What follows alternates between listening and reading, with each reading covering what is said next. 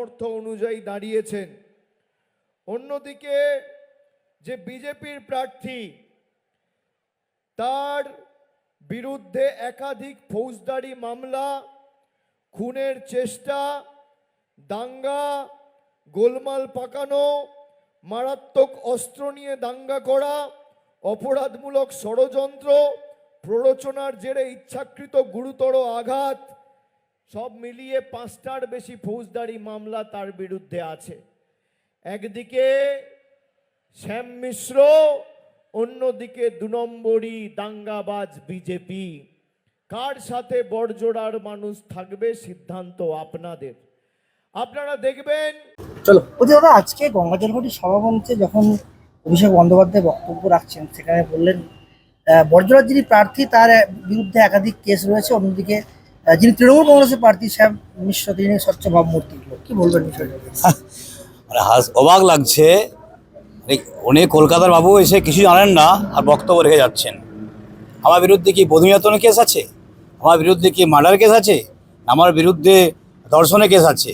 যাদের বিরুদ্ধে আছে, যার জন্য প্রচারে আসছেন, আগে তাদেরগুলো ঘাটুক। তার জেলা সভাপতির বিরুদ্ধে ধর্ষণের কেস, এনার বিরুদ্ধে বধূমিয়াতনের কেস, আর বলছেন কেস ওনারটা দেখেছে আমার নিয়ে চালাচ্ছে। ওকে দেখতে ভালো করে, ওনার চোখে হয়তো উনি বাইরে হয়তো আমেরিকা যেতে পারেননি, হয়তো চিকিৎসা করতে, চিকিৎসা করে ফিরে আসুন, তার চোখ ঠিক দেখতে পাবেন।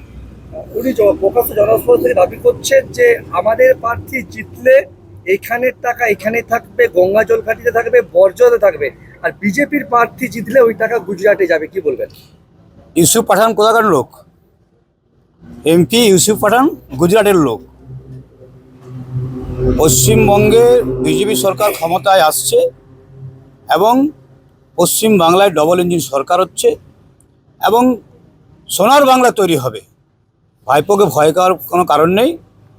ভাইপো, আপনি চিন্তা করবেন না, ও বেশি তুমি কেঁদো না, বর্জ্য তোমায় দেবো না। ও ভাইপো, তুমি কেঁদো না, বর্জ্য তোমায় দেবো না। উনি আজকে একটা আশ্বাস দিয়েছেন প্রকাশ্য জনসভা থেকে, এই এলাকার মানুষের দীর্ঘদিনের দাবি যে বর্জরা চৌমাথার রাস্তা যদি তৃণমূল ক্ষমতায় আসে পরবর্তী সময় বাইপাস কিংবা ওভারব্রিজ করার একটা প্রতিশ্রুতি দিয়েছে। কি বলবেন? 15 বছর ধরে কি করছিলেন? 15 বছর ধরে এতদিন সময় দেওয়া হলো, 15 বছর ধরে কি উন্নয়ন করেছেন? মানুষ বুঝে গেছে, আর একটা দিনও ওনাদের সময় দেবেন না। 4 তারিখে বিদায় আসন্ন, ওনারা এখান থেকে তল্পি ঘুরে বাংলাদেশে যাত্রা করুন। তিনি শর্ত দিলেন 30,000-এর বেশি ভোটে তৃণমূল প্রার্থীকে জেতাতে হবে, তবেই এই কাজ হবে। উনি যেটা বলেছেন 30,000-এর বেশি ভোটে তৃণমূল হারবে, 30,000-এর বেশি ভোটে তৃণমূল হারবে। ওই 15 বছর আছে না, 15 বছর উনি 15 বছর সময় নিয়েছেন, 15 × 2 30,000 ভোটে এখানে হারবে তৃণমূল। অর্থ অনুযায়ী দাঁড়িয়েছেন। অন্যদিকে যে বিজেপির প্রার্থী, তার বিরুদ্ধে একাধিক ফৌজদারি মামলা, খুনের চেষ্টা, দাঙ্গা, গোলমাল পাকানো, মারাত্মক অস্ত্র নিয়ে দাঙ্গা করা, অপরাধমূলক ষড়যন্ত্র, প্ররোচনার জেরে ইচ্ছাকৃত গুরুতর আঘাত, সব মিলিয়ে 5টার বেশি ফৌজদারি মামলা তার বিরুদ্ধে আছে। একদিকে শ্যাম মিশ্র, অন্যদিকে 2 নম্বরই দাঙ্গাবাজ বিজেপি। কার সাথে বড়জোড়ার মানুষ থাকবে সিদ্ধান্ত আপনাদের। আপনারা দেখবেন। চলো দাদা, আজকে গঙ্গা জলঘাটি সভামঞ্চে যখন অভিষেক বন্দ্যোপাধ্যায় বক্তব্য রাখছেন, সেখানে বললেন বড়জোড়ার যিনি প্রার্থী তার বিরুদ্ধে একাধিক কেস রয়েছে, অন্যদিকে যিনি তৃণমূল কংগ্রেসের প্রার্থী শ্যাম মিশ্র তিনি স্বচ্ছ ভাবমূর্তি। কি বলবেন বিষয়টা? অবাক লাগছে, উনি কলকাতার বাবু এসে কিছু জানেন না আর বক্তব্য রেখে যাচ্ছেন। আমার বিরুদ্ধে কি বধূমিয়াতনের কেস আছে? আমার বিরুদ্ধে কি মার্ডার কেস আছে? আমার বিরুদ্ধে ধর্ষণের কেস আছে? যাদের বিরুদ্ধে আছে, যার জন্য প্রচারে আসছেন, আগে তাদেরগুলো ঘাটুক। তার জেলা সভাপতির বিরুদ্ধে ধর্ষণের কেস, এনার বিরুদ্ধে বধূমিয়াতনের কেস, আর বলছেন কেস ওনারটা দেখেছে আমার নিয়ে চালাচ্ছে। ওকে দেখতে ভালো করে, ওনার চোখে হয়তো উনি বাইরে হয়তো আমেরিকা যেতে পারেননি, হয়তো চিকিৎসা করতে, চিকিৎসা করে ফিরে আসুন, তার চোখ ঠিক দেখতে পাবেন।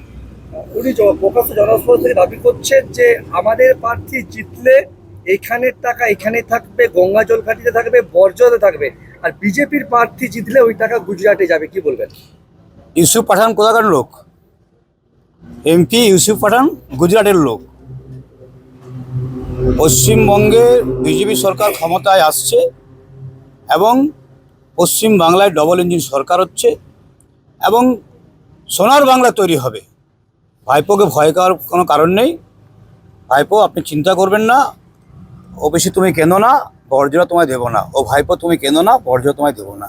উনি আজকে একটা আশ্বাস দিয়েছেন প্রকাশ্য জনসভা থেকে, এই এলাকার মানুষের দীর্ঘদিনের দাবি যে বর্জরা চৌমাথার রাস্তা যদি তৃণমূল ক্ষমতায় আসে পরবর্তী সময় বাইপাস কিংবা ওভারব্রিজ করার একটা প্রতিশ্রুতি দিয়েছে, কি বলবেন?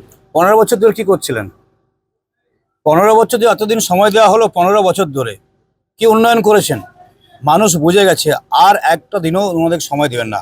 4 তারিখে বিদায় আসন্ন, ওনারা এখান থেকে তল্পি তল্পি ঘুরে বাংলাদেশে যাত্রা করুন। তিনি শর্ত দিলেন 30,000-এর বেশি ভোটে তৃণমূল প্রার্থীকে জেতাতে হবে, তবেই এই কাজ হবে।